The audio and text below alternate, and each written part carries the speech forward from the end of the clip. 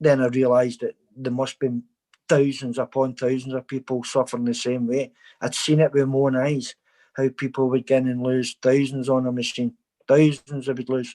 All the big hitters would get in and lose thousands in a couple of hours.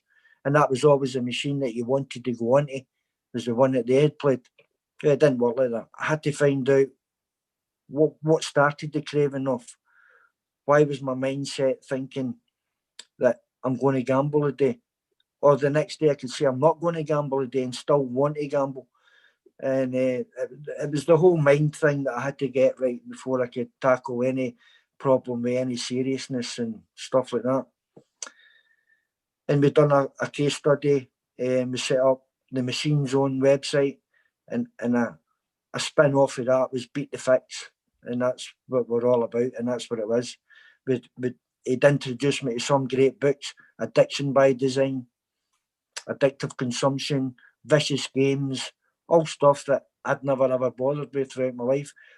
And then you realise the clustering of bookmakers in the local community, like where I'm in Lanarkshire.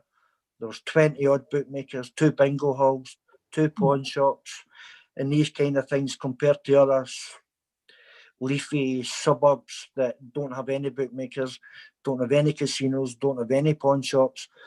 So then I started to realise it might be a class issue as well. And the way that gambling has been integrated in through the back door as such into football and other sport, the power that they have on it now, I started to realise that this was a big multi-billionaire organisation, and they would do anything to make sure that people gambled. In the awareness campaign, we found out that MPs agreed with what we said in the APPG cross-party parliamentary group, who highlight the problems of gambling in the gambling industry and the lack of regulation.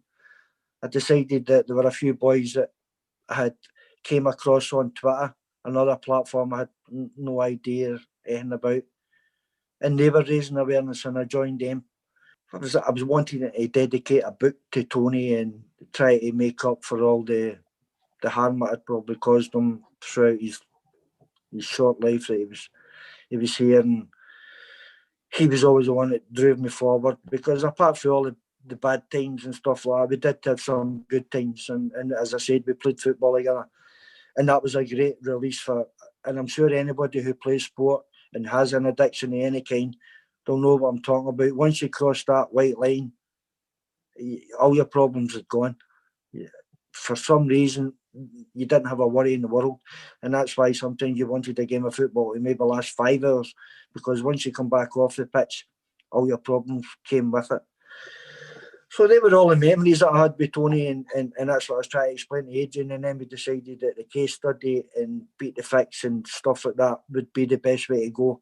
And I was introduced to theatre, and I've seen a one-man show, and these are all things that I didn't even know existed. And I started to try and be a wee bit more creative with my thinking of how I could raise awareness, and also apply some creativity rather than everybody banging the drum about this and banging the drum about that. And the awareness campaign started growing legs. More people started joining it. More people started getting rid of the stigma, talking about gambling harm and gambling disorder. And I get great comfort when somebody would maybe give me a phone call and say, can I talk to you about my gambling problem? And these are the things that makes it all worth it. Well, when somebody gives you a call and says, can I have a coffee? I'd like to speak to you, blah, blah, blah. Yeah.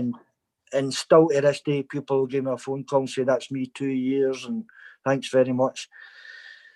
And that's great for anybody that sort of understands the problem what they're talking about. And you don't even need to give any advice or whatever. You just need to listen most of the time. And if somebody's willing to listen, it's massive.